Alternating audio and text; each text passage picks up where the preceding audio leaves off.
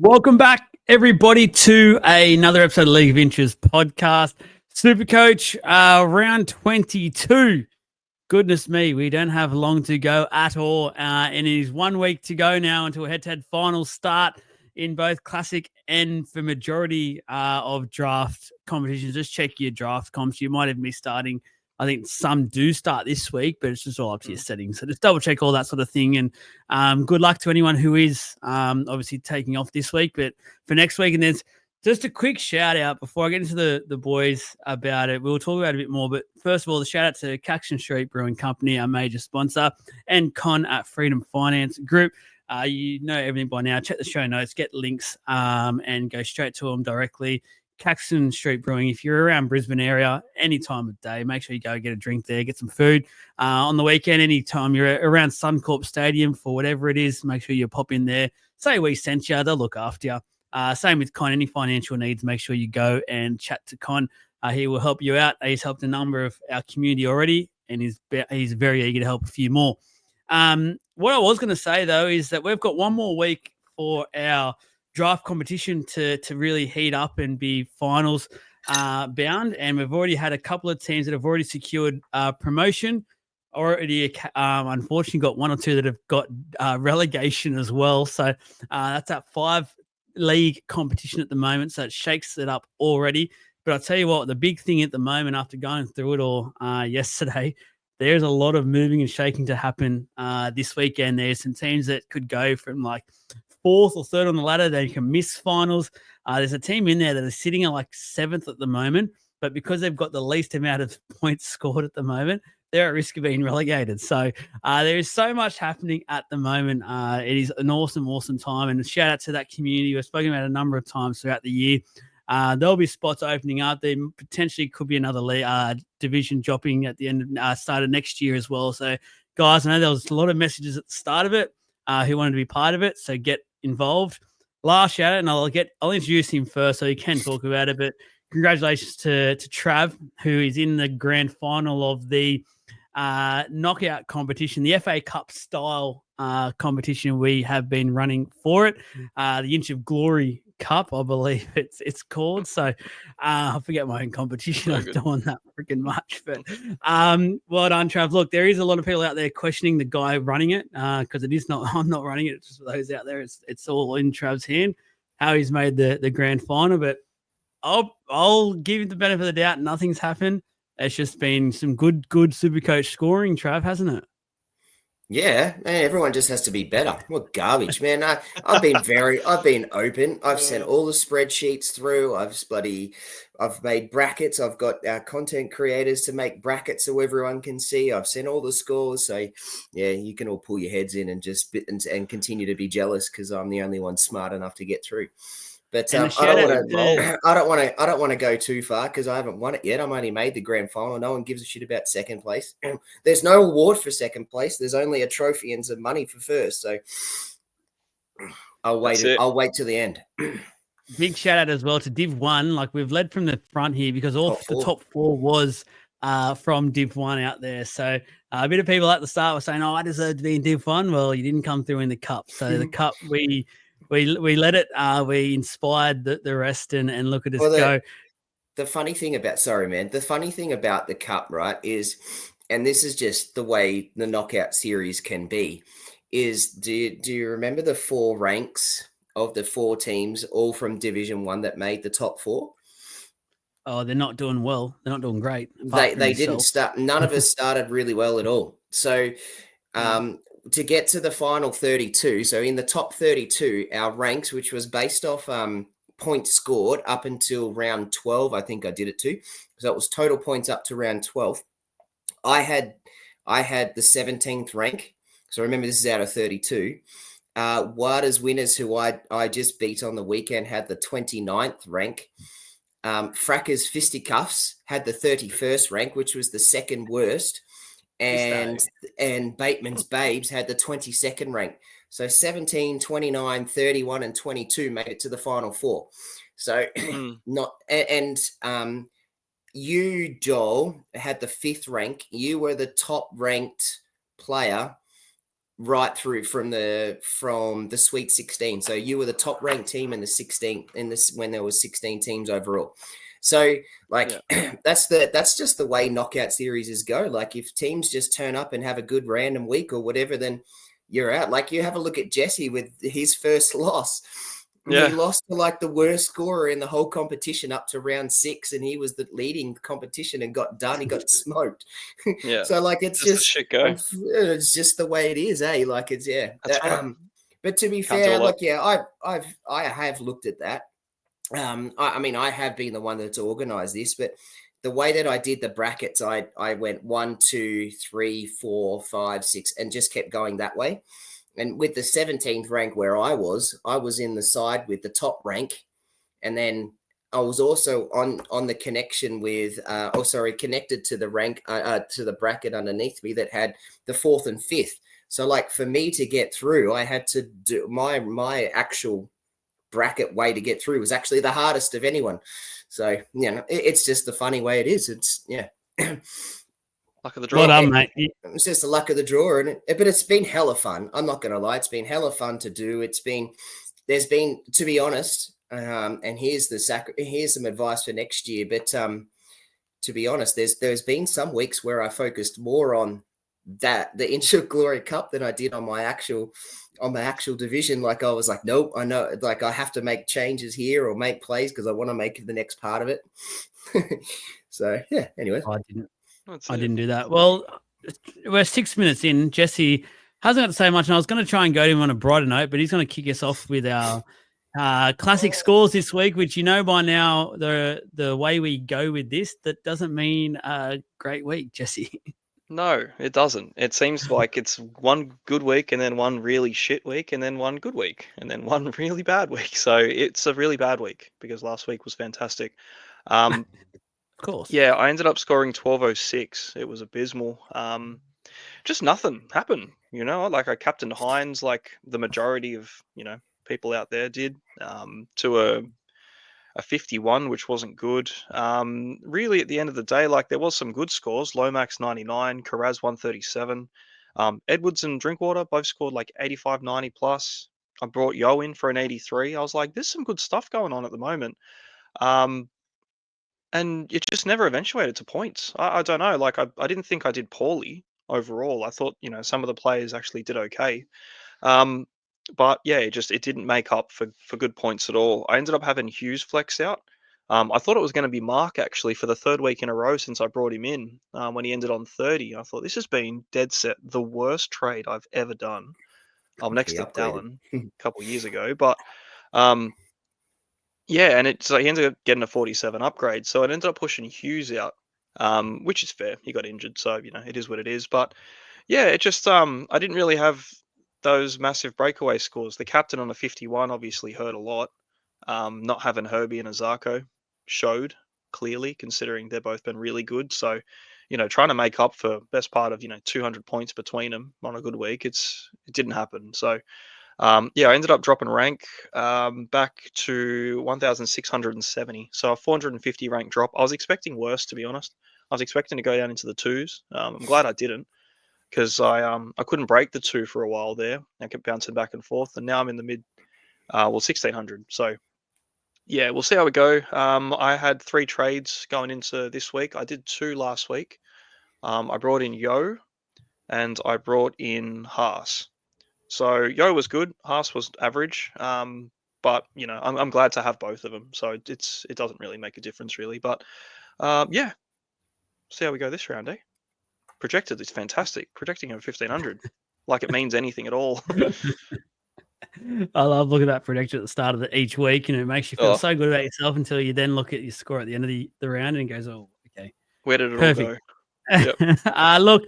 I'm in similar boat to Jesse this week, unfortunately, but I've clung on to the top 1K. I am still in there just. So currently, my score, 1,242, which from my rank from last week's round of scores, I went down 28,335 spots. So it was a bit of a punch to the gut, that one, and just in terms of my round score. But total score, 26,563. season rank now is 932nd. So hanging on just. It was just a week for me where I was so up in the air beforehand about trades and what to do. No idea. I ended up making the trades that I did. I brought in Haas, was one of them, and I brought in Charlie Geimer. I had to make just to get some cash to get Cleary. Once the Hughes injury happened on Thursday night, I think a lot of people out there, including myself, did change up their original plan. I did that to make sure I had enough funds to do that as a straight swap this week with leaving at least one more trade left for me. So I was able to do that, but just felt off all weekend with my super coach. It was just one of those things where the last few weeks I've been feeling really, really good. But then, this weekend, last weekend was just one of those weekends. But I was surprised I stayed. I only dropped 194 spots. I thought it would have been a bit of a worse drop for myself. So I was happy with that. But yeah, that was sort of what it was. Now, I will go to Trav. But what I want to first of all just quickly show and make an announcement for is that we are actually starting to play for something, boys. So we've got a shield here. So I just put it up. I'll put it up to the camera. So this is I call it the golden inch is what we'll be playing for on a year-to-year basis moving forward. So picked it up today. It is looking absolutely fantastic. And shout out to Trav who did organise it. So that looking fantastic. So shout out to True Blue. Local business in Wynnum who helped us out with a lot of these trophies and this shield. So each year, the winner, the top score for us, will get onto this plaque. I'll send it to whoever it is that wins it, or keep it for myself if it's me. This year, they can hang it up somewhere for the year, and then they send it to the next person. So pretty cool. Pretty cool to have something to play for now. And I reckon it just drives a bit more. And I think about to throw to Trav after his really, really good week. It has made things a hell of a lot closer. And I think this last 6 weeks are going to really ramp up. Trav? Hey, Jesse, isn't it convenient that he gets it in round 22, when he's clearly in front? And Yeah. No, I wouldn't say clearly in You front, but he's he's creeping away. He's got a bit of a lead going, but it's convenient. Hey, it's the first time he has a lead, and now we're playing for a trophy. Yeah, that's it. Yeah, classic Joel act there. But nah, seriously. Shout out to True Blue Trophies, like you said there, Joel. They were very easy to very, very easy to talk to, negotiate with, get things organized. Their shopping platform is easy to look at. They understand, they know what they're doing. They double checked and triple checked literally everything. When I didn't reply quick enough, they came back and said, is everything okay? They were fantastic. So just to give a quick shout out to that. But I went all right on the weekend. So I got 1,348. I had an 809 green arrow rise to 4,122. I've got a total score of 26,125. I just realized, Jesse, that you and I did the same trades. I posted my trades really early. I was very happy with that. I wasn't going to change or veer off that. So I brought in Haas for Kulamatangi and I brought in Yo for Tino. I'm pretty happy with the Yo trade. That was great, 83, and I think he's going to kill it for the rest of this year. And look, paying Haas's 60 was annoying for the price that we've paid, and then to watch him walk off with that ankle injury and what's going to happen there, it scares me, but it is what it is. I've got 2 trades left and 92,000, but my team is basically set. So I'm going to sit on those 2 trades for the next few weeks, hopefully, and only plug and play when I've got itchy fingers, which I've already got, or some injury or something like that I've got to deal with. But I VC'd Drinky, but then I had the AEs of Sandon Smith to deal with off the back of his concussion on the first week of 17. And so I had to be really clear that Drinky needed to do really big. He needed to get 140, 150 for me to play with that AE score of any sort. So which he didn't, and got a 91. And then Edwards came in with his 90. So I had the captain on him, and quite happy with that. So look, I did, to be fair, I did captain him thinking he was going to kick, or the mail was that he was going to kick, but Edwards is still Edwards. He's still popping out 80s. So I'll take that. What on, mate? Very, very good week from yourself. So it is getting very, very close. We are slowly meeting in the middle, it feels like. So I said a few big weeks to go, and it looks like you both have 2 trades remaining, and I have 1, I think. So after this week, but I've confirmed my trade already. I do have 2 coming into this week, but I will be making at least 1 trade, which we will go into down the track. Just a shout out so we can get stuck into things. It's been a long intro. The team's winning at the moment our overall competition. Thank you to Pack Lords 191.58. Daniel, once again, mate, still let us know what this team is all about. He's taken a bigger lead, so he's gone out to about a 230 odd lead now. So he's starting to run away a little bit. Let's see if there's someone out there that can catch him. And the top scorer of the round, who gets a couple of coolers and some break credit from Pack Lords, is Bob. Sorry if I've pronounced that incorrectly, but hopefully I'm right. I got no idea again what that is, but that's Robert, 1,546. A fantastic score, and he's that put him up 7,000. He's up to 15,000 overall rank. So really good score, Rob. If you do listen to us, make sure you send us a message, please. For Instagram, Facebook, however you want. If you even want to send us an email, joel@leagueofinches.com.au. And we'll organise those prizes for you. Alrighty, there is again, guys. We've just decided for the rest of the year we're not going to do team list Tuesday because it's just a bit how you're going. Everyone knows it by now. You don't need to listen to us babble on for 30, 40 minutes about some of these team changes, because we'll just end up talking about it either in our talking points or with our top traded in and out discussions. So straight away, we're going to get into a talking point, and it's basically what the podcast is about: the Hughes effect. And obviously he's out, and that could instantly mean we're talking about halfbacks. No, we're talking about the impact it's going to have on the Storm side moving forward. Players you might want to be getting in, players you might want to be avoiding, players you might be thinking about trading or sitting at the moment, who you might hear some numbers shortly and go, I will reverse that decision. So, Jesse, I will throw to you. Get your matrix mind working. Already has, but talk to us about it. Yeah, so early this morning, it was probably, it was right after I had my morning coffee. It was about 9 o'clock, second one of the day. I was thinking, obviously everyone's got Hughes out. I was waiting for the app to refresh yesterday until, what was it, 2 o'clock or Shout out, something. And Supercoach. yeah, thanks for that one, Supercoach. I was getting withdrawals. I had the itch going. I was just so ready. I was like, my thumb was waiting, trigger happy, just ready to trade out Hughes. And yeah, obviously the man replacing him pretty much for everyone's going to be Cleary. But I thought, as far as it goes, we had a lot of Storm investment, and what does the side look like? I know a lot of people are like, Munster's going to run away with it. Grant looks like he's going to be the man. People are getting scared about Eli Katoa's output now that Hughes is gone. I thought, oh, it's a good time while I've got a minute to just run all these numbers and see. So I didn't want to get too caught up in looking at historical data going back like 5 years and that kind of thing. I was really only looking at recent times. The teams have changed since then. Players have gotten better, tactics have developed, combinations have happened. So looking at the stats from like 2021, I just thought it's a bit muddy. It kind of muddles the waters a little bit. So I just want to know what's going on this year and what happened last year. For Pappenhausen in particular, I couldn't really do too much prior because he missed that whole season before that one. And then the same with Munster with his groin injury. I went back a season or two prior to that because it's still relevant. But for the most part, I'll go through.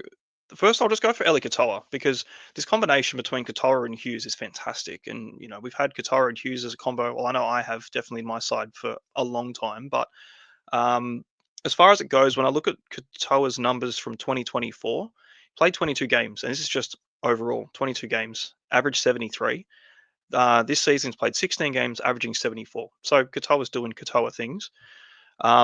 Last year, without Hughes in the side, he played 3 games without Hughes. Have a guess, more or less, his current average, Joel. Has to be less how everyone's talking. So last year, in 2024, he played 3 games without Hughes, averaged 85.6. It was a 10-point jump on what he had. Comparatively, how did he play without Munster in the side in 2024? Played 10 games without Munster, averaged 66.5. So of all the people in the side, it's funnily enough, and you go back and look at, I can go back years on that one and have a look at what the combination between Katoa and Munster is. It's significantly worse when Munster's out of the side than it is when Hughes is out of the side. So I'm not worried about Katoa. I really not. The kick over the top, as far as it goes from that Hughes to Katoa try that we see all the time, he's not going to get that. Wishart's more of a ball running player in general, so I don't think that's going to happen for him. But it's obvious that something's different when Munster's in that side and Hughes is out. So on the on that side of things, it's a little bit different. And then you can just go back. He's played one game without Hughes this year in 2025. He scored 77. So again, not too bad. It does get a little bit shaky with the one game he's played without Munster this year. He scored 88. So it's just one game. Again, the reference of 10 games without Munster and a 66-point average, significantly lower. So, pretty interesting stuff on that side. But I also ran a few more numbers about Katoa. Without Hughes in the side, but with Munster as the 6 and Wishart as the 7. So in 2024, he played 2 games with that halves combination. He averaged 100. Just stupid. So Katoa was fine. This year, in the one game that he played without Hughes, it was actually with Wishart. It was the game he scored 77. So, look, I think Katoa's going to be fine, to be honest with you. I think it's doesn't really affect him too much. So, if you're happy with that, I can roll into the next man.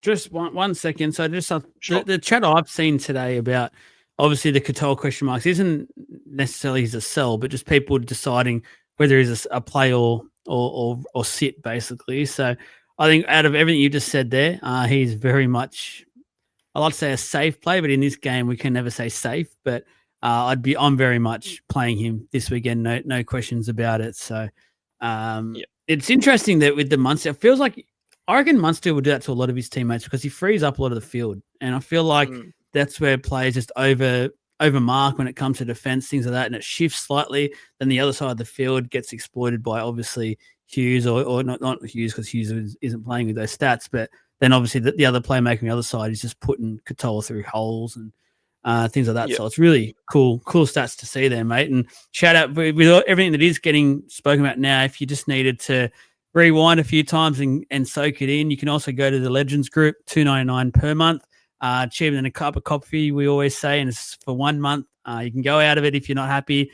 No, it doesn't tie you down, things like that. It'll be up there. All the numbers will be there. You can sit there, your nice little office or whatever you're going to be doing, going over it all, or on the dunny, wherever you want to do it. You can go and look through all those numbers. So, geez, appreciate that, Jesse. Cool. Alrighty, no dramas. Well, I'll go into Trav's got something. Just on that. Sorry, go Trav. Oh, it's okay. I think you did a really good job. I was just going to talk around like we're at now at the point where we mostly, if you have a look at us, there's a Joel 2 trades, me 2 trades, Jesse 3 trades going into this round. That's the majority. Like if you talk to the 60 odd people that are messaging us on the daily, multiple times a day in our draft group, are all sitting around 3 to 5 trades and less. That's just where we're sitting. So these decisions of sit v starts and captains are super important. The conversation around Katoa that I heard today was the majority was actually wanting to sell and is thinking we should sell Katoa because he's playing on the edge or playing on the side that Hughes plays, and we know what Hughes is. But those numbers that you've put up, Jesse, are damningly good to debunked that. And it just goes to show that that he's a freak either way. And I think the difference being is that Katoa is going to do it a little bit differently. Like Hughes finds him on really good holes to run and really good lines to run often. And that's where he gets a lot of his tries off Hughes, setting him up for quick play of the ball, quick pass, real short passes, but he gets deep in the line. Munster's going to do a little bit of that, but he's actually going to probably end up trying to kick it on top of him too, and he's going to play that game just a tad bit more than what Hughes does, which is funny to say because he gets a lot of kicks put to him, but I think Munster's going to do that a bit more. So I have absolutely no issue with the Katoa play, and to be fair, and this conversation's funny because I don't want to sound like I'm about to beat up the Eels here, but they're playing the Eels on Thursday, and that edge that the Eels play gives up top 5 points to the side that Katoa plays on. So to me, it's even the statistics that, shout out to Josh who put that today in our League of Inches Legends group. Everything is literally talking about the statistically that he's a gun. Play him this week, get it done. Yep. I don't think I'd ever not play Katoa. Genuinely, he'd need to lose a leg for me to even consider not playing him. He'd be the first man in my team, genuinely, across all positions, to be fair. So the stats were nice to see, genuinely. I was going through them, and I kind of expected it. I think I've looked into this sort of stuff before, but I dove in a little deeper this time, and I just went back further and further to the point where, Katoa basically turned into a god for Melbourne. And yeah, it was just a consistent across the board. He's really good, regardless of really who he plays with. But you can't really say the same for a couple others, though, unfortunately, and it was a bit surprising. But I'll go into the next man, who's a very popular trade in this week amongst basically everyone. It's Harry Grant.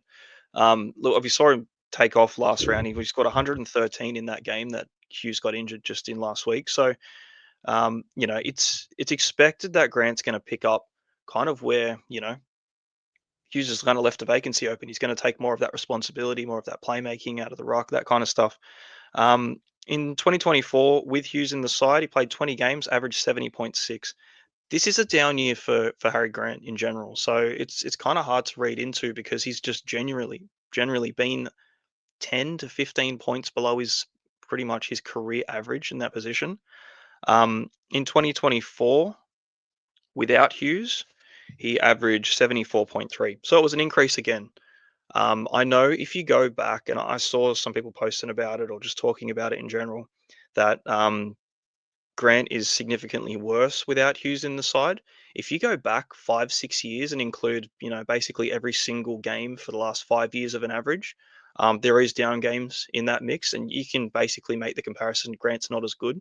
If you look at it recent times, a bit more relevant, he is definitely better without Hughes in the side, and you just have to dig a little deeper, go a little bit further in those stats, because on face value, he doesn't look better at all. But when you look at what's current, he's got a bit of an improvement in him. So to continue on that, in 2025 with Hughes, 10 games, which is this season, he's averaging 56.9. In the one game without Hughes earlier in the season, he scored 70, and then obviously he scored 113 in that game just gone. So again, yeah, if you can kind of go back, and I'll mention it too as well, like I have the numbers here for Grant, going back a bit further. In 2023, played 19 games with Hughes, averaged 75. 2022, played 16 games with him, averaged pretty much 80. And then in 21, he averaged 71 in 12 games with him. So this is games with Hughes, which is really good. You can look at those 3 years as a direct comparison without him. In 2023, 3 games, averaged 60. 22, 4 games without him, averaged 68, as opposed to 80, And then 21, he actually scored 97 in the one game he played without Hughes. So, the stats are kind of variable there. This year is down on Grant, but just in general, I think Grant picks up, to be fair. I think someone's kind of got to, but I'm yeah, interested to there's see no how it definitive. all pans out with now Pappy coming back as well as Munster both coming back this week, and just how it looks. Because I actually feel like I'm not that worried about Pappy, to be honest. I actually reckon this team for the next couple of weeks, while Pappy gets back to 100% fitness and isn't worried about getting his calf completely blown out, is that it'll be Grant and Munster that would take complete control of this side for the foreseeable future, and Pappy will sort of be at the back and just sort of float a lot more than what he probably already has done, and just sort of be maybe even a decoy in certain aspects of their attacks. So as a non-Grant owner, shitting myself because I anti-potted him in a way and did go the Egan route that has stuffed me up completely now, but it is what it is. It happened, and I'd love to be saying I'm a Grant owner right now, but I am not. In one of my draft teams, I am, but that's That's all I've got. But yeah, I'm very interested how this all plays out because just from a naked eye point of view, from what I've seen last week, Grant is ready to take off, and added in those stats you just said about the no Hughes, he could easily be the highest scoring hooker over the next 6 weeks with ease. Yeah, there's a good chance. There's a very good chance. And I've just got one more thing on Grant too, and I just had to look up because I wanted to see what he was like, basically with a team around him. Funnily enough, he's only ever played 2 games without Hughes, but with Munster and Pap in the team. Ooh. Yeah. Shows you how much injuries and things have happened. Yeah. So in the same lineup, there's been 2 games that Grant, Munster, and Pap have lined up together without Hughes in it. Very, very strange stat to see. One of them goes all the way back to 2021, where he scored 97, like I mentioned, and the other game is actually this season where he scored 70. So 2 very good games out of Harry Grant. Just a really obscure stat. 2 games in 5 years where he's not played with one person, but 2 others. So I think while the statistics are rad, and Jesse, again, well done and I'll pump your tires again and again the next couple of bits as well. But those statistics are rad. But sometimes you also have to go by the eye test. And the eye test that I saw from Harry Grant in that second half last week was just damning. And I'm ready to watch Harry Grant just absolutely explode. And as an owner, I'm excited about that. But as a fan, I think we're in a much better place watching Harry Grant dominate the league out of the hooker spot. I just think he's ready to go. That just what I saw from him and his leadership and what he had. And now he's got Munster to sort of ride the curtails off a little bit, only going to free him up a little bit more, I think. Whereas last week it was pretty much all him, wasn't it? Like he had Grant Anderson sitting at 5'8".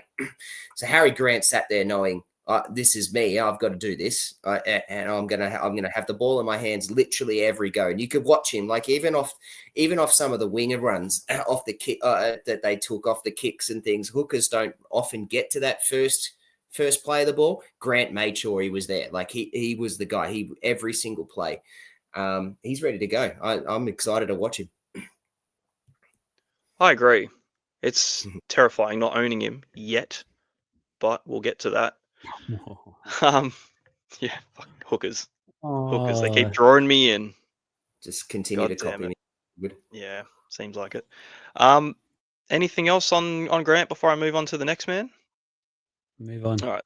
The next man himself, the flying mullet, Pappenhausen. So this is one I very much expected to see how the stats panned out, and I wasn't surprised. So he's obviously had that injury, the major, season-ending one that he had. So I had to pretty much rewrite some of these year stats around it. But 2024, going off last season, which was a full season, with Hughes, he played 15 games. He averaged 66.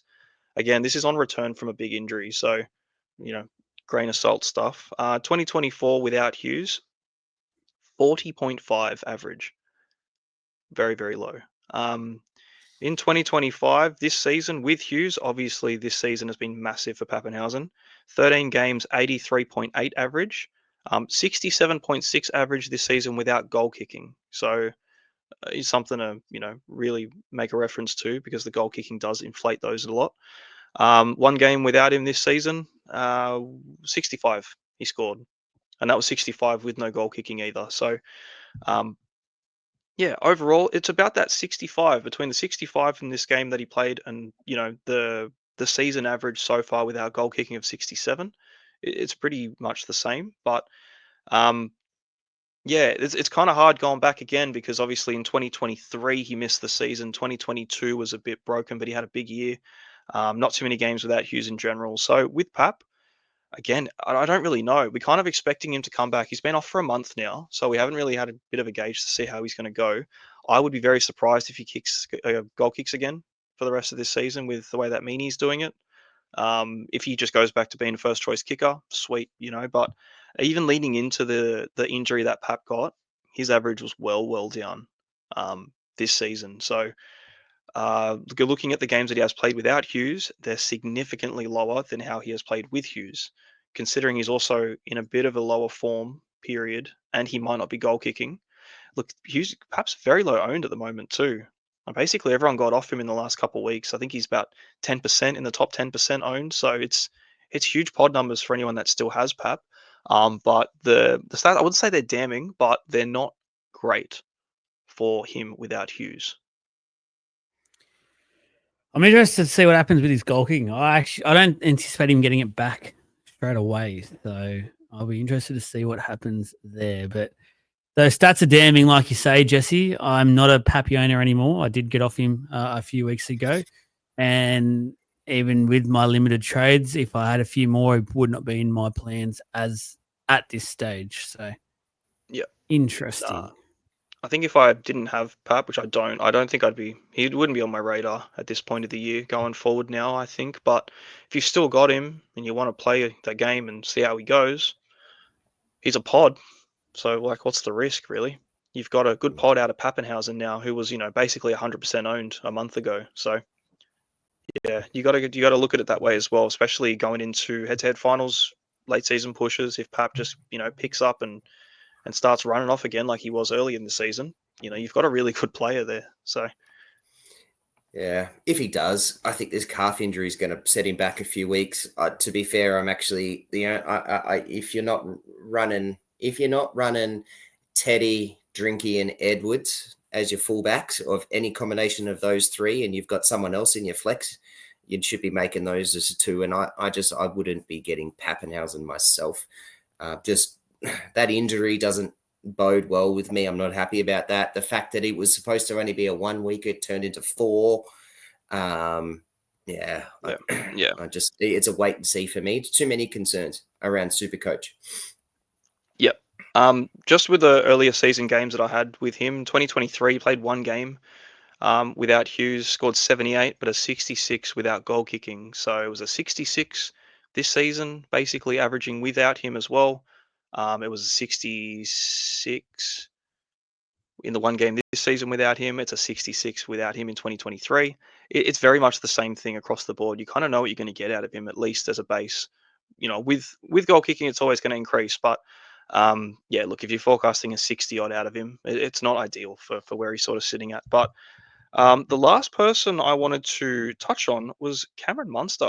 So the man in his partnership, obviously the 6 to his 7, it's the expectation around Munster being the man now is massive. Like, it's huge. Everyone's expecting Munster to take over the reins and he's going to just dominate, and we're going to see this beast for the rest of the season. The stats tell a different story. I don't believe these stats. I'm turning a blind eye to these ones, and I'm going to just steam forward and looking. Munster is the man. But yeah, everything suggests otherwise. So I went back a couple of years on this one. I went back actually 4 years as far as it goes, but I'll start with 2023 because 22 was Munster's best year by far, and I will get to those stats at the end of it, end of this little segment. But 2023 without Hughes, actually, no, go with Hughes. So 23 with Hughes, played 16 games, 72.3 average. 2024 with Hughes, 11 games, 62 average. Again, groin injury hampered season, kind of write it off a little bit. And then this season with Hughes, 14 games so far, averaging 71.6. So pretty much an early 70s kind of average. And that's Munster. That's Munster every year. You expect 70s at least out of him. So pretty good stuff out of him with Hughes. Without Hughes, 2023 played 3 games, averaged 66. So it was about a 5-point drop on his average there. 2024, 3 games without Hughes as well, averaged 62. Again, he averaged 62 with him that season, but it was a broken year. So 62 in last year's games, and in this year's season, he has played 1 game without Hughes for a 57. So all 3 across the board, across 3 seasons, lower than his average with him in the side. For 2022, now this is a very interesting season for Munster. He played 21 games that season. He averaged 80.6. In those 21 games, he played 16 of them at 5'8", 5 of them at fullback. In the 16 games that he played at 5'8", averaged 79.1. In the 5 games he played at fullback, he averaged 85.2. So just a freak. Really, really good from fullback. With Hughes in the side, 14 games at 5'8", 84.3 average. and 86 at fullback in 3 games as well. So very, very good with Hughes in the side that season in both positions. Without Hughes in the side, he played 2 games at 5'8", averaged 43. Fullback didn't seem to affect him. He averaged 83.5 in the 2 games he played at fullback without Hughes in the team. But the 2 games at 5'8", without Hughes in his best ever season, 43 average. So essentially what I read into for every single year that Munster has played without Hughes in the side, he has averaged less than he has with with Hughes in the team. And it's black and white. There is no exceptions to it. There's no standout year. There's no game that he was better in one game with Hughes and without. It's just across the board, Munster without Hughes is worse off, according to the stats, historical data. But to Trav's point earlier, you got to look at the eye test. You got to look at what's happened. You got to look where the player is these days and right now, and the fixture that's in front of him. And I'm backing Munster in personally. I'm going to ignore the last 5 years worth of statistics personally. I'm just going to go, I think Munster's good for it. But if it comes out and he scores 40, it won't surprise me because all the numbers that I've just gone and done, they point that direction. So I'm rage trading after that. See you later, Yeah. Munster. No, it's on a a lot of serious numbers. note, Yeah. on a serious note, if Bellamy, I know you're a big listener of the podcast and obviously the Supercoach show. If you can actually just put Munster back to fullback this week, we'd be much appreciated. So really do appreciate that one as well. Would be good. I think we're all anticipating, and I've always played Supercoach from the eye test, and you all know me by now. I don't really get into the matrix numbers like Jesse and Trav do, but I just reckon Munster's ready to go. Like, he's had his little break now. Obviously, a horrible tragedy happened to him as well. And I just think we've seen it in Queensland, how he came and played that game and was just so fired up. Like, I reckon we're just going to get that for the rest of the year. Like, he has it now. And it's not saying he didn't have one anyway, but he has a purpose now. He has a real purpose to go ahead and make sure this competition is his. And there is, not to go away slightly from Supercoach, it'll be something that we talk about tomorrow night's live show, but there's been reports today out that the Bears might be circling him very hard, and there's no guarantee if he is to leave the Storm over the next 2 years that this is his short window now to win a comp, because I can't see the Bears winning a comp in the first few years that Munster will be there. So I think all of a sudden Munster's just been given a few of those little fast and track modes in Mario Kart, little push up things you get, and off he goes. So I'm with you, Jesse. I'll ignore the stats chats, all those stat pages out there. They'll probably spit these out as well this week, but I'm with you. Let's go. Let's write it. Let's be anti-stats, Munster. You have to be. You got to stay positive. Do it. Yeah, I said the same thing, Joel. I think you just summed that up really well. I said the same thing to Jesse today. I said, I don't care about the stats. I'm going off the eye test. And not only am I going off the eye test, I'm going off what's happened this year. And I think Munster's ready to just go, I've got an opportunity here. This is probably my best year, or my not easiest, but my best chance to win a premiership. And I got it this year. You know, I'm not right, and we're not off the back of the Penrith domination. Like, they're still good, but not the domination that they had the last 4 years. And I think Munster's ready to go. And he's got his dad sitting in the back of his mind, giving him a little bit extra pep talk, and off he goes. So, yeah, I'm with you. I'm anti-stats, statting that one this week and for the rest of this year, and watching Munster. However, I wish you had said something a little bit different that didn't kind of refer to the D word there, Joel, around mushrooms and the extra little pep talk you might get from a mushroom. But, yeah, it is what it is. Gotta love a pep talk from a mushroom. Yeah. The Mario Kart mushroom that gives you that extra speed. I was like, hey, I mean, you could have used like maybe the star to give you that extra buzz. No, I meant on the track where you can go over those like arrows. Domination, and you can go. I wasn't talking about no mushrooms. I was talking about on the track where you're driving and you go over them and they give you that little off you go. So apologies about the horrible explanation there. But just one other little point I'll make about what I've seen from Munster this year. It's probably been the most mature he's been as a player as well. And I think in previous years, what we've all probably noticed is when Hughes does go down injured, Munster sort of freaks out a bit and doesn't really know how to play his game and thinks that all of a sudden he has to be this player that he's not. And I feel like this year he's more prepared for it than he's ever been. And I just think losing Hughes, yeah, it'll hurt him and it'll probably hurt the Melbourne Storm, no doubt about it. But at the same time, I think Munster's the most mature player he's ever been now. And I think he'll welcome being that guy with a bit more experience, a bit more game management side of his game, but at the same time know that his strength is running and he'll continue to do that.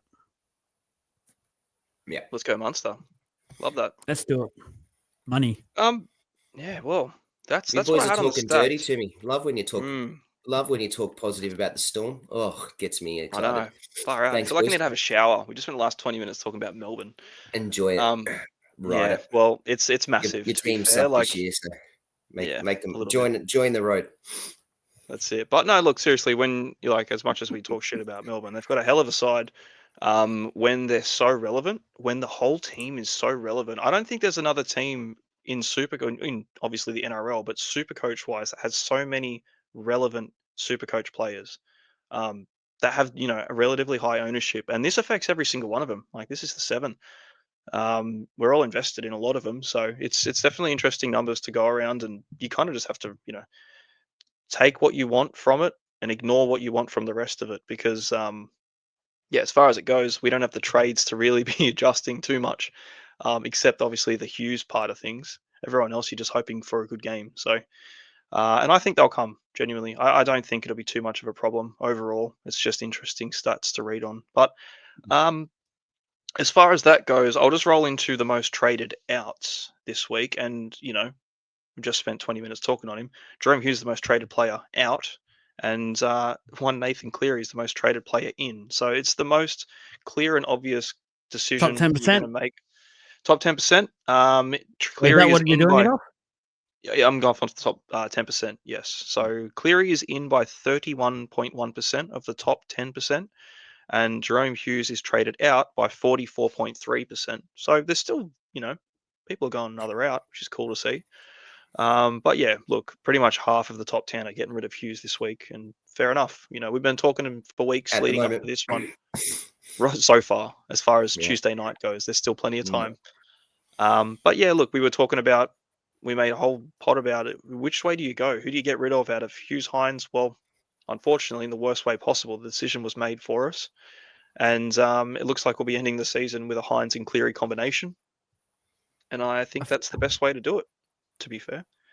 Are we talking about Cleary now as well, or we're just doing the trade outs? We'll get to Cleary. Well, I was sort of just going through the Hughes side of things on the trade outs. I can keep rolling through the trade outs again, but honestly, at this stage, everyone is what you would expect. People are still clearing out injured players, and I'm just going to roll through the list because there's not much to really go through. Keon Koloamatangi's second most traded out. Fair enough. He's gone for the season. Karapani's the third most traded out in the top 10%, and he's been dropped. He's made some good money. He's made 158k. He's 448. He did drop a little bit last week. He had, those first 2 or 3 games that he came out, pumped out like tons and looked like a genuine starter and a proper player. He's been dropped now, unfortunately. So I think, he was always a cashy to begin with. And yeah, if you've got options and place to trade out to, sweet, upgrade him. So that's he got found out by the Eels, like it happens to some of the best of them. So yeah, well, not everyone can beat the Eels, Nah. Child's play. Actually, who's even beaten? Who have the Eels beaten? Not many. This year? Not many, if any. Yeah. It'll be another one this weekend. So I'm pumped. That's it. Yeah, good one. Number 4, Tino. Tino's the 4th most traded out. Again, I suppose if you expect him to come back this season, you can hold him. If not, he's a trade out. Hamoli Olakau'atu, number 5. So he was traded in a bit last week. I thought about it. I'm glad I didn't. His shoulder's gone again. That was always the risk. So he probably won't play another game this season. I think it's probably looking at surgery at this point, isn't it? I'm sorry to say this and rub salt in the wound, but anyone who did trade him in last week, that was one of the worst trade-ins of all year. That was a horrible move. Like coming back from what he was coming back from, he was always at least 1 week wait and just see how he went. He was against the Dogs, who have great defense. It was just it was never a play. So in a way, you got punished for your own stupidity. That's putting it lightly. Damn. Yeah. Hey, sometimes it has to be said. I'm sorry, but sometimes we can't hide here. We've got to say it. It's true. Trading anyone in that's come back from a massive shoulder dislocation against the best defensive team in the competition after like 5 weeks, it's nothing about it reads well, does it? You just kind of No, expect something thanks to for go backing me up. very south. Yeah. Yeah. But again, unfortunate for him, but that's limited trades in that position. You'd hate to have traded like Lucas out or Keon out or something for him just to lose him again. With like 2 trades remaining, and now you got to use another one. Yep. And you've done nothing. You've literally gone nowhere from it. Number 6, most traded out, Dylan Lucas. So pretty much the whole top 6, they're either dropped or injured. So it is what it is. It's that point of the season. From 7 till 10, basically everyone's jumping off the Roosters. Ouch. Again, So 2 weeks in a row. 2 weeks in a row. Yeah, they've done smart things and tried to save themselves some cash. Sandon Smith at number 7, Mark is number 8, Billy Smith 9, and Hugo Savala 10. So shout out to Mark. You shitter. You absolute shitter. God damn it. How about you? You know what? There's a guy that plays 3 positions to your left. Go and introduce yourself to him. His name's Sam Walker. Far out. You know, I've had enough. Worst trade in my year anyway. Just got on too late. you know what? I don't blame Marky Mark though on this one. I actually blame Walker. To be fair, I think Walker's just decided not to use him and maybe sees him as a threat. How good he's been this year. So Walker, why are you getting back? He's going left. He's going the other side. Yeah, he's got a fella named Tupou that he wants to break a record. So, and to be fair, Tupou's killing it, so I can't be too disappointed. But if I didn't own Mark, I wouldn't care. But I'm just like, God, like, you have another half of this team, man, over there. I feel sorry for. To be I fair, can see why Dom Young left.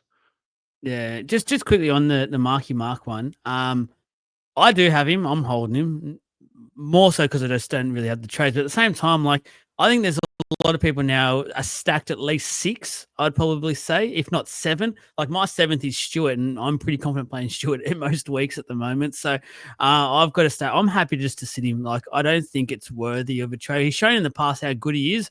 All it takes is Sam Walker to wake up to himself somewhat, and all of a sudden he's back scoring those pretty decent scores. Yes, it's a pretty tough run, but at the same time, and we spoke about this, I think it was 2 weeks ago now, Jesse. We did that. I think we did that pod one that unfortunately Trav missed, but we mentioned like he has scored good scores against some of these better teams as well. So you keep him around. You never know. It could be injuries in the back line. He could just be a number, and he could come back and start getting those scores. I think now it's just not really worth the trading. Sorry. If you've got There's trades, then wins available. No, if you've got trades, if you have 6, 7 plus at least, I'd be like, cool. Give me anyone else. Give me anybody else. Give me RTS. Give me freaking Toto or something. Like, there's some good players at the moment rolling into some nice fixtures. Give me them. But if you don't, if you're down at 1 or 2, looks like you're sitting on him, like all of us are just going to see. And if anything that's going to happen, he's going to be a nightmare for your sit and starts because you won't play him if you could avoid it, and then he'll still turn up, and then you'll play him for a 40 or something. So I feel like that's how it's going to roll with him at the moment till the end of the season. And it's a headache I wish I didn't have, but that's the 10 traded out. All of them very valid, very little to touch on. For the trade-ins, it gets more exciting. There's a lot of good trade-ins this week. Number 1 being Nathan Cleary against the Titans. I think it's obviously the best trade-in you're going to get. Saw, vintage Cleary last week. I think he's probably the best captaincy this week as well. Goal kicking, it's Cleary against the Titans. And you've lost your main halfback if you've got Hughes. So, do yourself a favour. I think it's very obvious, boys. Am I right in thinking so? I'll let Trav go. Yes. Yeah, 100%. Get him if you can. If you've got Hughes, you've got the luxury to do it. I can't find a way to get him, to be fair, in my team. I don't have the cash for it and the trades to do it and the position to muck around with to try and do it. So unfortunately, I'm going to skip him, but I highly suggest, and I've told the 4 or 5 people that have already asked me in my DMs, should I be getting Cleary or how do I work it? I've been working my way around their maths of their teams to get Cleary in. So I think he's a no-brainer. Yeah. I looking at those numbers, the Hughes trade outs, and that almost 2,000, I think, so far of people that haven't gone from Hughes to Cleary straight away. I get that could be financially if it's a choice, and some people are potting. I'm just going to say right now, don't. Like, I feel like what Cleary came back and did on the weekend just shows the mood and mind frame he is in. What mood and mind frame Penrith are in. They are very much back, in my opinion. And even though they do have, after the next 2 weeks, I think it is, they then go into that harder draw, I still think Cleary will be Cleary, what we've seen when it comes to the NRL side of things. And it won't really matter who he versus. He'll come up with a number of good players. He'll still score really, really well. I just would not be trying to pod that trade out at all. That's one where we've spoken about it in the past. There is certain players you just don't pod. And I think Cleary in this mind frame isn't one. The only part you could probably pod in is whether you captain him or not each week, but that's as far as I'd probably go with it. Yeah, I 100% agree with you on that one, man. As far as the numbers go for Cleary trade in from Hughes specifically, because there really isn't too many other people you're trading out to get him. So far, as of 8:57 on a Tuesday, 6,300 people have traded in Cleary from Hughes. As far as an alternative halfback goes, Tom Dearden, just over 2,000 people are getting Dearden in. We will get to in a sec. Next one, 710 for Nico, 646 for Fogarty, 517 for Izzy Katoa. They're the halves. So it's pretty, people are getting Cleary, and that's the majority. Tom Dearden's getting some love, though. Everyone else, I'd imagine that they're probably ownership's quite high, especially on the Hines side of things. So, yeah, if you didn't have Hines as well. Sorry, just a question for Trav, because he just mentioned he won't be going to Cleary. Is that financially? Is that you just don't have the money to do it? Yeah, I don't have the money for it. I've only got 90K in 2 trades, so I don't have it. And I've got Sandon Smith sitting there as my backup halfback, which I've had for the whole year. So I can't Smith. I've got Hines. Yeah, I can't go Smith to hooker and make it a play. I need 300K, or if I was to do anything, I need more than 200K to go to someone like Did. So yeah, unfortunately, it's just out of my. And I've got. Oh, the suspense now. I can't play it. Sorry, can you repeat that? You froze up. You froze up. And I've also got 3 fullbacks. Yeah, I've also got the 3 fullbacks, so fullback in my flex, which means I can't even just sort of play around even further again this week. Cleary and enough. A big enough. I'd almost have to do it if that was my position. I just think Cleary's just, you have to get him. We'll get to trades after, but so bloody hell, I'm very intrigued now. I can't wait to get to trades. Harry Grant's number 2 most traded in, so yeah, he went ballistic last week. Spoke about Grant in the numbers. Looks like he performs better without Hughes traditionally in the past, just off the stats there. So look, it's a really good trade in. 572K, still unders on Grant. He's playing the Eels this week, so he should just tear him to shreds, as you would expect any team. Shut up. With 17 fit, breathing human being players to tear the Eels to shreds. Apart from the Broncos. Apart from the Broncos. Give him his second. I like the Grant trade in. I really do. It's just, again, who are you trading to get? Are you trading out like a fit playing hooker with limited trades? Again, I don't know. If you've got Jules, like if you're a Watson owner, Jewel down, bring a 2RF up, trade Grant in. Like I think that's a very viable trade. If you've got Egan, I think currently it's not going to cost you too much to go from Egan up. Like it'll cost a bit, but it's not bankrupting you. I think there's plays. There's still a few different ways to do it. It must just be the funds are allowing Grant to come into play with Jerome Hughes out, because he's actually the most traded out player to get Grant in the side at the moment, 2,200. The most traded out hooker in that position is, again, Wade Egan, 516 to him. It's 120K. So you got to spend up 120K to get Grant over Wade Egan at the moment, but he's a player that you would need this week. So Sandon Smith, slightly cheaper than Wade Egan now as well. 350 odd people are trading him out. Connor Watson, 180. McInnes, 165. Geez, McInnes out seems a bit luxury. And Starling as well with a 143. Exactly the same boat. They're playing the Dragons too, the Raiders. Just play Starling. He'll do a number.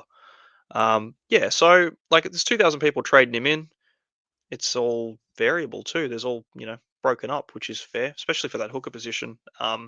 Again, as well, like if you chase the upside out of it, you've got some good trades and good lot of depth. That's your worst position. Grant's a good upgrade on anyone really, except probably Brayley, I would say at this stage. But all in all, you could do much worse than not having him. So yeah, viable number 2. Number 3 though, very exciting. Tom Dearden, this is Trav's boy. We freaking What are hell. you What did he going score off? last? Sorry, What are you going off? Ranked in the what? Are you going overall? freaking resets itself every time. Sorry, number 3, Hudson Young. I'll get to Dearden in a bit. Yeah, Hudson Young, Calm down. 686k. Again against St George, great matchup. In by 1,100 people this week. I love it. I was really set on getting Hudson Young. I was going to hold off on Yo last week. Hope Young scored less than 80, which is where I sort of budgeted his break even to fall into the price range I had. It didn't happen, but I ended up getting Yo anyway. So this will be one of those things that I watch Young from afar and just admire him. But yeah, Hudson Young. Joel, what do you reckon? You've got him now. Very excited. Love him. Love Yeah. him. Love the draw they've still got. And yeah, he was on in a weird way. It didn't feel like he did a hell of a lot on the weekend either. And he still scored really, really well, which has me very keen to see what's to come. Talk there, Mark Nichols is due back, I think, round 25. So he'll play New South Wales Cup round 24 and then be back in the NRL frame of things. But that won't impact Young, or it shouldn't at this stage. I can't see it. So, yeah, very happy to have Hudson Young in my side. Matty Nicholson too. You said Mark Nichols. Oh, sorry, Wrong- Matty Wrong Nicholson. team. There you go. But yeah, he's Wrong about what team, wrong 3 name, weeks away. same initials. I Excuse don't think me. it really Been a big day. affects Young. Yeah, Nichols is still great. But yeah, look, I suppose when's the time to get him? Probably beginning of the season at this point. But it's hard. It's in it to get him now would be the best time. Otherwise, you're buying him Still a before a good buy price for again. what he can do. Very good price. Yeah, Really good price. 686. He hasn't been that cheap for a long time. This is actually almost his starting price. Funnily enough, he's $900 off his starting price for the beginning of the year. So he's come back to it. I don't think he ever tanked as well. So very good on the Young front. Trav, anything on Huddy? Not really. Not love the trade. Yep. Like he didn't even, like I said, I'll just repeat what Joel said. I watched that game on the weekend. He didn't look like he did much, and there is an 81. So yeah. Yeah. Yeah. I'm excited about it for people who have him. He's a great player. Yeah, it's terrifying because he's still pod, like a good pod too. Do number 4, Isaiah Yo. So both Trav and I got him in last week. Very, very happy with that too. We kind of touched on the numbers prior to or last week's pod, actually talking about Yo and how he performs post Origin, how we're expecting the Panthers to go. I suppose all of those things so far have been correct. It was a very good trade in. He's 545k, which is massive. Again, unders for a top performing Yo. I think he's a really good option, especially if it enables you to get someone like Cleary. If you've got a Lucas or a Keon or any of these sort of dudes still, you need to find some funds to get the money to break from Hughes into Cleary if that's your trade plan. I think it works out basically perfect financially anyway. So yeah, there's a good, very, very healthy downgrade option in one Isaiah Yo at the moment with really good fixture too against the Titans. Yeah, far out. Very, very excited for this one. Agreed. Good Love work, it. guys. Happy Yep. owner. Cool. Very Easy. happy owner. No brainer if you can. Yeah, he's as what was my mate saying? Missionary with the lights on. That's Isaiah Yo. He's white toast with butter. So he's just Nothing wrong with that. nothing at all wrong Great with that. success. Number 5, Dearden. So freaking hell. He gained 84k last week after putting up a 165. What a masterclass. He's actually almost done that twice this season. He scored 143 in round 8 too. So he's got some monster games in him. His tons aren't just tons either. His tons are like pushing the other side of like close to a 200. It's just ridiculous. But he's going into this round with a minus, what is it, 15 break even. God, it's good. Projecting an 88 against the Sharks will have him go up another 82k. So he'll be sitting around that 750 mark, which is going to put him out of price range for basically everyone. It's pretty much a now or never period for Dearden. Against the Sharks, look, it's not a great fixture away from home. I don't love this particular week, but I love the 3 following it for him. After this round, they go into the Eels, the Knights, and then the Tigers. So I think if you're buying him now, you're buying him for the next. Obviously, you're buying him for the run home. Like you're not buying him for a 1 week play. But if nothing major happens this week, I would almost half expect just a good 60 out of him, because he's been scoring 60 without any, big blow up games. The last week before the 165, 73, 62, 63. Against the Roosters, he put up a 23, bit of an anomaly for this season. 66 against Melbourne the week before that too. So be very confident with the 60 odd, but obviously with the potential for a 165. That was huge. And if you've got anyone in the Raiders going up against the Sharks, the Dragons this week again too, I'd be expecting another big score from him. But I love the Dearden play this week. I think he's a nice option in too if you're looking to pod someone, or if you've already got Cleary and you had Hughes, maybe you don't want Hines or you want to go another route. Fantastic pod option as well. So I'll throw to Trav though. There's been no bigger advocate this year to Dearden, and I suppose it kind of just highlighted how good he has been this year with that game last week. He's been a gun. In the last few weeks, he's been an absolute gun. He was my pod. I think thanks for giving him a mention in the pod because he was a great shout out. I think he's still a great shout out. I don't mind the Sharks play. I don't feel like the Sharks play too much defense. Or all that good, based off the stats that Josh put in the Legends group. It's still talking about a team that gives up a lot through the middle, and that's where Dearden plays, straight line through the middle. So, yeah, very happy with that. Oh, very keen to watch how he goes. He's 103k cheaper than Cleary. So people that are getting Dearden, I think, are probably unable to afford Cleary, and so they're sort of going that next best option.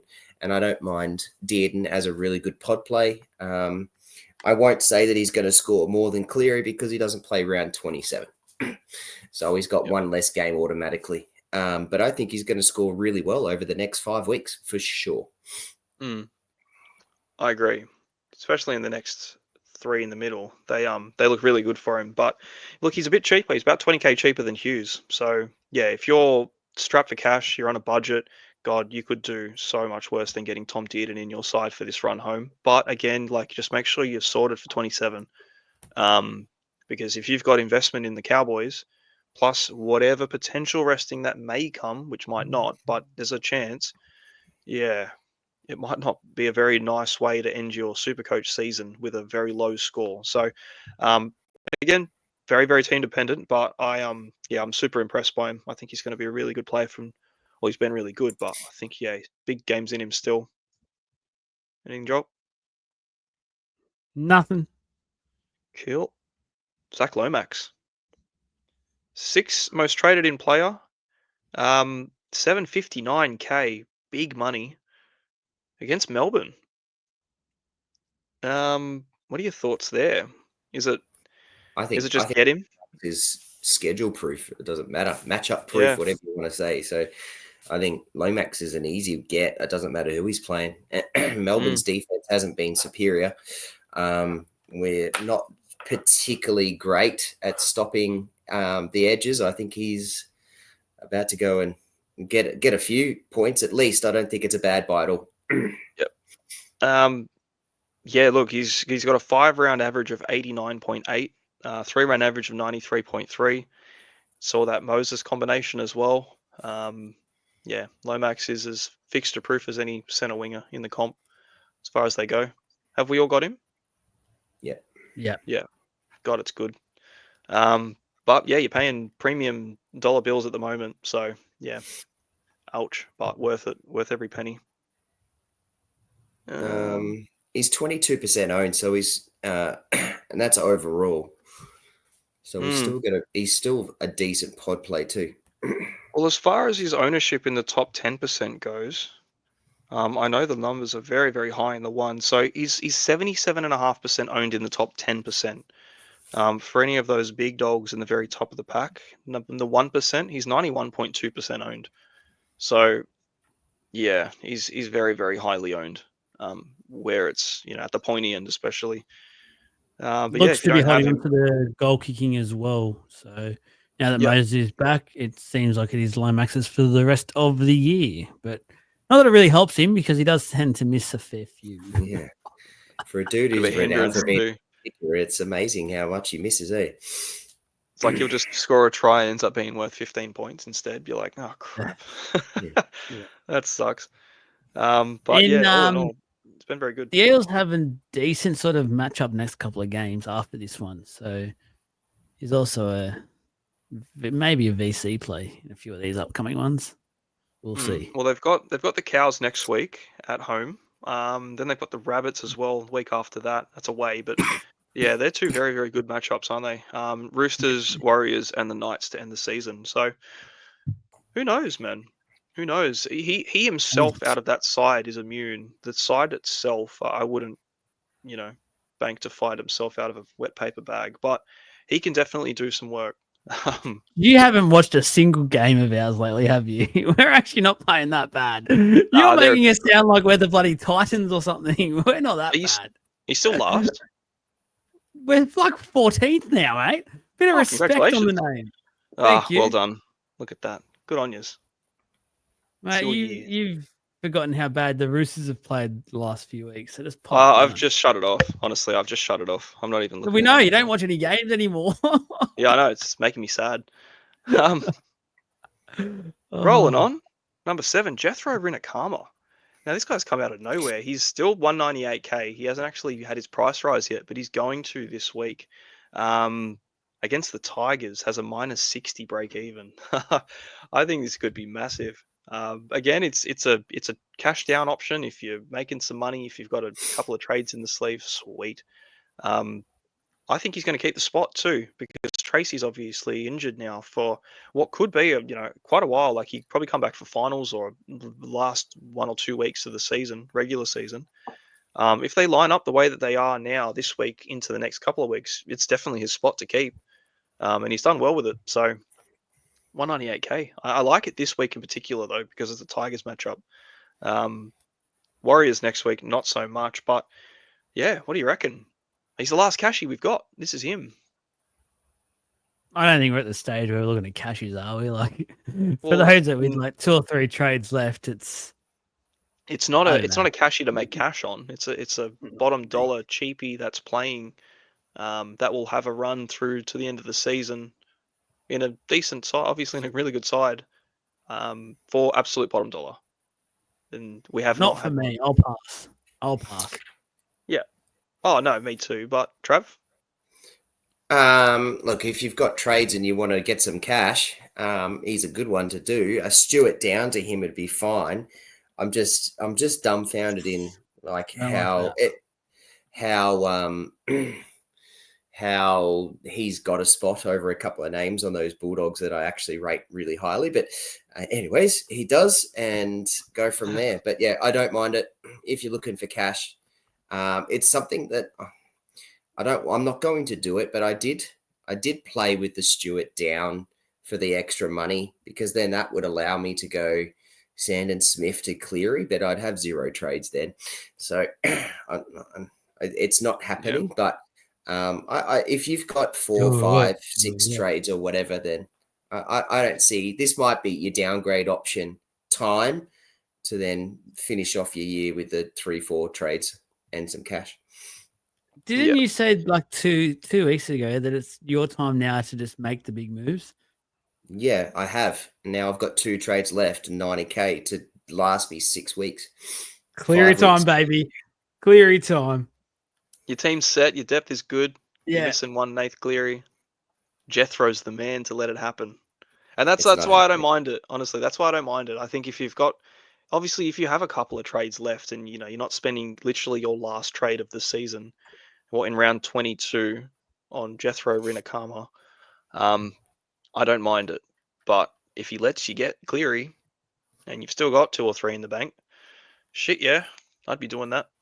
That just So sounds just an easy naughty one. to be able to go Sandon Smith to Nathan Cleary. That's just Yeah, unreal. and you get a Bulldogs winger playing the Tigers this week. What could Unreal. go wrong? What a luxury. But yeah, last 198k player we've got for the season, I can assure you that one. Number 8, Nico Hines. So 732k. Again, this is a very low percentage in the top 10, 2.8%. So basically everyone else has him already. But if you didn't have him, you had Hughes, there's a good option for you. If you had Cleary and Hughes, get yourself Hines. Again, yeah, not too much to talk about. Hines has been in really good form, leading up to obviously last week when the game plan just changed all of a sudden, and Trindle and Kennedy thought they were, God's gift, and just excluded the two most informed Sharks players for the last month. So I hope it doesn't last long and roll into this week because they looked much worse for it. But Okay, he's frozen. So I think what Jesse was trying to say, and I do agree with, is that why they overthought the room. Oh, he's back now, but why shout out to Fitzy for overthinking the room once again when majority of super coaches had the C on Nico Hines last week. Shout out to you. Really, really appreciate it against a depleted South Sydney side who actually probably should have won that game. So yeah, shout out. Love it. Thank you. yeah, Heaps. good on them. Travis? Yeah, interesting. I don't know. I'm yeah. I don't know. You own him. I have him. I don't know what people are doing. If you didn't have him, would you buy him now? No, because he's got to buy in 25. I'd be going elsewhere. Surely, I'd be more happy with Dearden and way more happy with Cleary out of those two. But Dearden's got to buy in 27.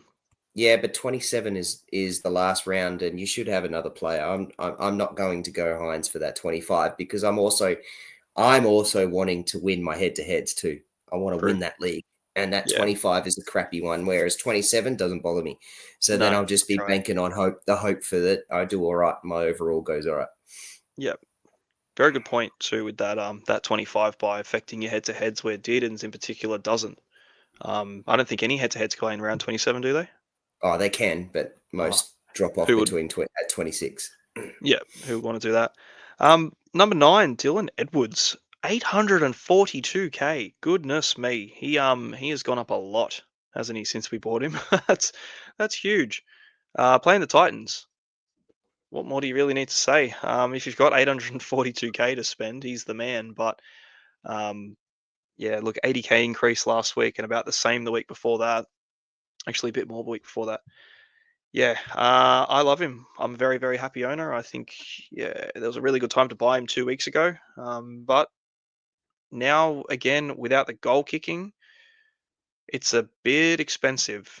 I don't doubt he'll score well for now to the end of the season at all. I think he's going to score great, but it's just going to cap his output to the maximum that he could have. He's not going to get that 160, 173 or whatever it was.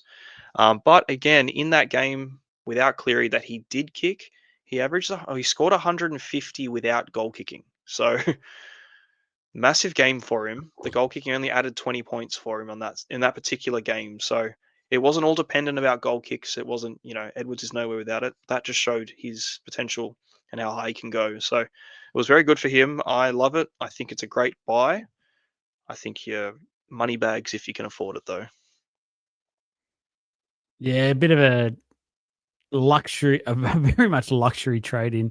If you can afford it, make it happen. Just be aware though, if you do only have 2 or so trades left or something like that, you do want to try and leave yourself a little bit of money to be able to make that last trade or two, pretty much swap for swap, and don't spend everything just to get Edwards into your team. I don't think he's quite worth that. But look, most already have him. I think that's why the percentage is quite low. Majority of us already do and have jumped on him a few weeks ago. Do you? Follow your gut. Do you? You know what's actually interesting to look at though? Looking at the traded in, like who have people traded out to get Dylan Edwards, there's no fullbacks in the list. It must just be flex positions and stuff. People aren't trading Tedesco to get him. They're not trading Drinkwater to get him. So they're not going sideways off a fullback they have. They're trading Hughes out, Tino, Keon, Olakawatu, Lucas, Sandon. Karapani, Iongi is the closest one. Iongi is the only fullback on this list that I can see in the top 10 most traded in to get Edwards in the side. So people are holding on to their fullbacks, which is good. It'd be, that's even more luxury trading like a Tedesco or Drinkwater away at this stage with this run they've got, to get Edwards in for, what could be a very similar score. So yeah, if you've got all these injured players, 9 out of the 10 in that list that are trading him out, they're either gone for the season or back or dropped back in the last 1 or 2 rounds. So I like that. That's good going. That's wise trading, really, I would say. Using the flex Kalani well. going. Speaking of Kalani going, he's the last man on the list. What a great segue. That's fantastic. Look, the 2RF hooker duel that we've I've got in my side. He's my backup. In my hooker 2, he's not going anywhere, really, is he? He's not named Sam Healy's the hooker, Trade that him. they've chosen. Get him in. I think it's look, I got him in there for the reason of I just didn't care about that second spot. He's enough. It's fine. If it AE's out, he AE's. If you've got someone like him in your side and it allows you to get Grant or something too, because he's that dual, sweet. It's even better. I could do that this week if I was to work something out with Harry Grant as well. So I don't mind it for that reason alone, obviously. But again, same reason we just spoke about Jethro. You using your last trade to get enough. Try and avoid it, but it does allow a lot. Surely Move people on. are not using their last trade to bring in going. That'll be a money making trade. So yeah, Going, gone. If you're using him to make money and you're not using it, then do it. Yeah. Yeah. Well, Well, I used it to make money like 3 weeks ago when I went Riley Smith to him, but at least, he's not going to give you a headache. But yeah, Kalani going. That's it. They're the 10 and 10. That's all the info about, obviously, the halfback situation, everything that we've got. So, yeah, I think we've done all right. Let's talk about our trades. Trav, what are you doing? I'm so intrigued now. I'm not doing anything. You're not doing anything. So Nope. You've got Hughes. Nope. You don't have... No, that's right. You've got Hines and Sand. Correct. Correct. Yeah, I got Hines and Sand Smith. So Cool. the only way to get Cleary is to go Hines to Cleary. Could potentially happen, being that he's got that 25 buy, but at this point in time, I find that that's not a necessary trade. I understand how much we all want Cleary and what we're saying. I would love him, but it's just not worked out for me with things that my plan to get Cleary just didn't work out when I had so many bloody injuries. Lucas, Colo, Tino, and everyone else that I've had to deal with. So unfortunately, that's how it's panned out for me. There you go. Then you'll be sitting on 2 trades until 2 trades and emergency happens. That's right. Yeah, 2 trades and 92K. I did just do the maths just to play with you guys. Stuart to Rin Karma gave me 283,000, which left me, and then Smith to trade out is 726. I'm actually 30K short of getting Theory. So I can't even do that. So nope. The only way I could potentially do it is say goodbye to Marky Mark. I was going to say get rid of Mark. That's very luxurious for me. Mark down to a plotter, potential plotter to get Cleary. I don't like it when I've got 5 center wings. But yeah. Yeah. Yeah, it is. It is a luxurious trade, but if you're not playing Mark, then you will definitely play Cleary. I am currently playing him because I don't mind him against Manly. That's fair. No good. Fair enough. But I think, sitting on trades is probably the wise thing to do, isn't it? It's just getting a little bit happy. Imagine trading having me out of trades at round 22, and then you've got like 5 more weeks to do these pods and talk trades, and you just can't do anything. Yeah. It's just heartbreaking. The worst part of the season. Well, for the content. Yeah, well, we're going to have to do something. I'll just trade him. I'll close my eyes and just dream about it. No, I'm saying, Trav, just do the trades for the content. How good. I'm good. What about you, mate? What are you doing? Well, I'm going Hughes out. Cleary in. Thank you very much for coming. Leaves me with one trade left, 34K sitting in the bank. So it's just going to be a straight swap whenever one of these big dogs gets injured, which inevitably I'm not even going to try and say that word anymore. It's too late. We'll say that that will happen. So moving on from that one, I do have Wade Egan in my team, which is a pain in the ass now because I do have Riley Smith as well. So I'm going to actually be playing Riley Smith this week, which is a bit ugly, but he'll just go straight out with the flex and praying that the rest of my team goes hard. I was going to try and play it somewhere else, but it wouldn't let me. I can't do the AE because he's going to come in as AE anyway. So I'll just play him, take the hit, see you later, flex, hopefully, and away I go. If Riley's going to be your AE anyway, then play Egan for a free loop. What if I want to loop? Well, it gives you the opportunity, and if you don't loop, then you still get your AE anyway. Just saves you having to drop someone.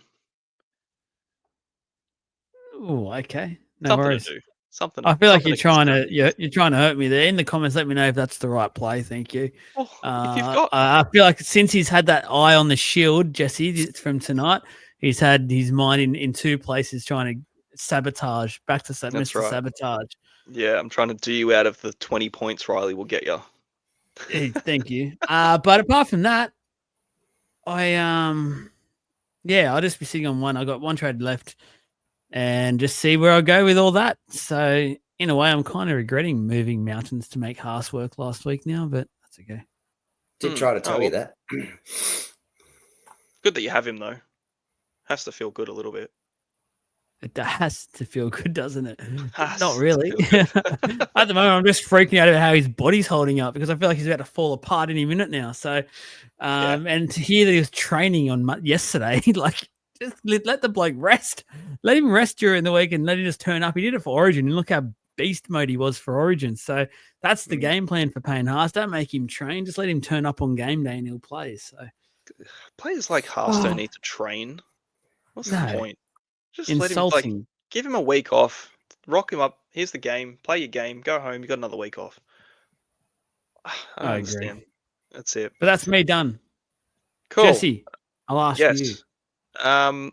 Hughes to Cleary for me. Gets me down to 2 trades, and I'm tossing up whether I do nothing with those last 2, or if I use it and then go into my next 5 weeks with 1 trade. The 2 options that I'm thinking, actually, there's 3. There's 3 that I'm contemplating.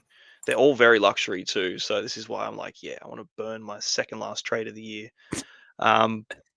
First one is Tino out. Watson down to my 2RF, Harry Grant in. And then I've got Going as my backup, so then I can just move Watson back up if I need him. And then I have a hooker. I'm not down just to 1 hooker if something happens to Watson. So that gives me sensible coverage long term. The next one is Mark out, Purdue back into my centers, and Dearden in. Leaves me with $700 and 1 trade. And I love it. So that one's well on the cards for me because I've just freaking had enough of Mark. He's still my head in. And then that gives me really nice halves, actually. I have Hines, Cleary, Munster, and Dearden, which is nice. The last one, I don't love it as much. It's Azarko out, Bradley down into my center wing, Hudson Young in. I don't mind that. I don't mind it either, but then I've got Hosking too. So it's like I'll lose both. I'll lose all my Raiders in a couple of weeks. So like, Still not in love with that one as much. But it might be one of the 3, and I don't know what I'm going to do yet. I still feel like Osaka's got a good score or 2 in him to end this year. Yeah, I think the Dolphins that's will still go a little bit, so they got a bit of go. I actually feel like, in a way, we'll talk about it in a minute, but I'm contemplating playing Osaka this weekend against the Warriors. Yeah. Well, if I had to think, like if I keep, if I get Grant in and he's my guy, I'll be playing Azarko. But if I obviously get in Dearden, I'll have to be sitting Azarko. So yeah, I don't know yet, but I was having a bit of a play with it. It is nice to have a bit of a play with this last trade and thinking, God, I should just be sitting on my hands, get Cleary in. I've got 2 trades left, about 70k. Just let it ride. There's a long season to go still. There's still over a month. A lot can change. We saw that happen in one round 2 weeks ago. We lost all our forwards. So, yeah, my brain is telling me, don't be dumb. Hold that trade. But Yeah, listen to your brain. not often. No. I kind of just go, I don't want Jesse's about to I go don't on want a him. wander, a famous Yeah. magic round wander Yeah. with his trades. I wander around now. I'll go up and down the street contemplating. I'll just sit there and look into the trees and be like, talk to me. Talk to me, universe. What should I do? Oh, some Lord of the Rings shit. Eden. Yeah, Well done. we'll see. Well done. But yeah, one for me. At the moment, locked in. That's You owning non-negotiable. Dearden scares the crap out of me, to be fair. So That's why I want to do it too. Because I like the Yeah. run. No one's really going that route. Like, obviously, this week, his very popular trade is 2,000 in, but it's still 2,000 in out of his ownership of basically, dick all. It's still very low. So, but again, is it a chasing points thing? I don't really think so. Dearden's been doing this for about a couple months now, basically. So, Well, it yeah. is. You are chasing I'm points chasing a huge week. over the Genuinely, I am. next few weeks. He'll be getting Yep. points. Hoping for that 165 in the next month. Again, basically, that's what it would be. And yeah, that's pretty much where I'm sitting as far as captaincies go this week. I'll be throwing the VC on Herbie Farnworth, and I will be captaining Nathan Cleary. Not captaining Nico ever again. Not after last week. Son of a bitch. So Captain Cleary. Get the juju going. He gets a straight C. But yeah, I don't mind a Herbie VC against Dallin, Cape Wall. it's a daytime game as well for Penrith. That is just okay. Oh, it would take like 140 Nice. from Herbie for me to consider not having that captain on Cleary. Genuinely. I'm feeling Munster this weekend, so I've got the VC on Munster, and then I've got the C on Cleary. Lots of good options this week. Heaps, yeah. Yeah. Really good. I'll do a post around pods and not pods, but captains and VCs coming up in the next couple of weeks, and I'll put a couple of little pod options like I did last week.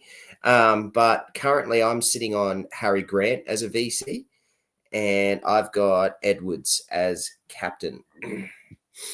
Nice. Very nice. Yeah, Edwards still going to do heaps. He's actually the second most popular captain in the top 10% as well, Dylan Edwards. So just to go on those numbers, in the top 10, Nathan Cleary is the most popular captain at this stage. He's still got to be traded in by a lot more people, I would imagine, but basically 39% of the top 10 are captaining Cleary. 17.5 on Edwards, 11.6 on Nico. They obviously haven't taken it off from last week. No, he's a good play this week, to be fair, against the Cows. 11.3 on Herbie, and Jacob Carraz, actually 9.3. Funnily, if we didn't mention it, he's named at fullback. Probably just touch on the one game that Carraz has played at fullback before. Scored 52 with, I think, 54 in base and power. So great base numbers, pretty much Dylan Edwards spec in a way.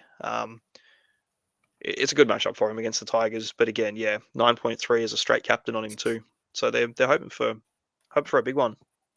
On the VC side of things, Scott Drinkwater, 21.4% most popular vice captain. Again, I don't know if that's leading on from last week, but he was massive last week anyway. 16.5% on Herbie. So yeah, he's the second most popular as well. Cleary, 12.4, Edwards, 9.3, Nico, 6.5. So the same players, just sort of shuffled. That VC number is just people hanging over for Drinky because they play the last game of the round. So, yeah, it was 60-something, 61, 65% VC last week as well. So it was astronomical numbers for Drinky VC.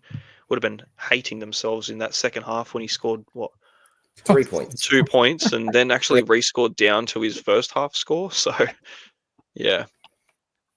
Did absolutely nothing in the second half. Yeah. 90 in the first half. Yeah, 90 in the first half, 91 I think it went to, and then ended on 91, which is wild. But am I thinking of another player? But is it him that my mind's thinking of has actually done it a couple of times now? where he's had like a massive half and then just the next half will just be nothing? Or is that He's someone else? he's had a couple of games where he's done nothing in the first half and then gone and got 120 in the second half. Yeah. Yeah, there's been a few He's that one have done half. that, to be fair, but yeah, he's just like you can't really end the game. You just go, okay, it's not 80 minutes yet. You can't write him off just yet. But Jesus Christ, yeah, nothing for 40 minutes after the first half like that. So, Cameron Munster, 0.0% captained. People aren't that Good luck. ambitious. 4% VC though, so a few You things wouldn't be going on there for captain you, him. They Trav. played the first game. Yeah, why not throw it on? Yeah. No. Yeah, not for me. But yeah, 4%. He's the highest VC as far as Melbourne go. 2% VC on Pap. Everyone else not really touching. But yeah, that's it, boys. Tell you what, just Nice quickly, work. the sit v starts is probably the hardest I've ever had to make this week. Yeah, So it's far shocking, of the isn't it? year, this is a very hard week. I've got at the moment, I'm playing Drinky, Burton, Hines, and Haas, but I could very well take it off Burton. Some of the players I've at the moment not playing: Stewart, Marky Mark, Asako, Geimer, and Nikora. I actually really like the Nikora play this week against the Cowboys, who just don't want to defend to save their life. So, I probably will swap Burton over to Nikora closer to the weekend. Actually, That's interesting. Why would you do That's that a against hard the one. Tigers? Yeah, He Burton against the Tigers. just dominated on the weekend. That's an interesting one. That's a big I balls just play. feel like there's a bit of a roller coaster with Burton. Yeah, but There was such a big. They're not at form. home. It's a big come down for the Dogs after last weekend, and I just think something could happen. If I get word about Haas not being 100% fit, which he won't be, maybe I'll go off him and go to Nikora. Not sure yet. Unbelievable. But yeah, geez, if I had anyone and they're playing the Tigers, I would be playing them after they've just tonned up. See what happens. But yeah, Hey, Nikora's I'm a here hard to one make to big sit. plays, mate. There's some big players to sitting out. That's the thing. You get to this end of the season, you're like far out. I hate having this many good players. I want limited options. Like, just give me this 18 that I need to play each week so I can just leave them. But yeah, good problem to have.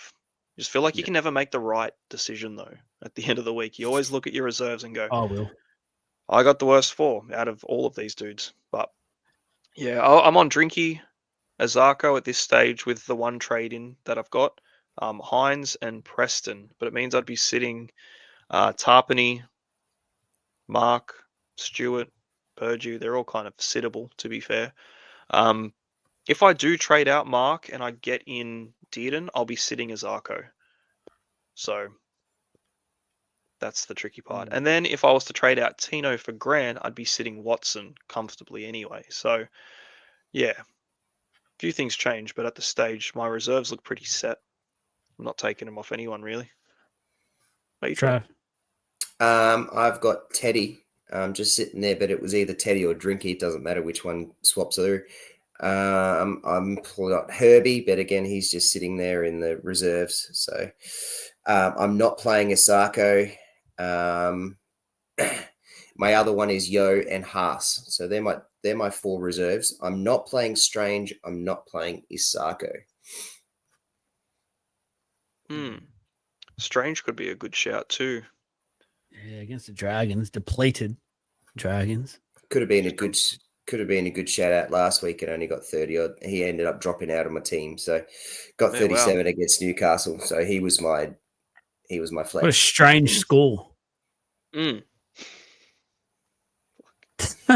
that note, good night, good day, good evening, whatever it is. Good luck with your Supercoach this weekend. Prepare yourself, set yourself up for next week's head-to-head finals. Hopefully you're all playing in it. Hopefully because you've followed our lead for most of the year, you've obviously riding high in the top 4 of your competition, if not leading it. So good luck. We'll come back, let you know all the results from us for next week, and we'll speak to you all tomorrow night for the Wednesday night live show. Good night. Goodbye. Ciao.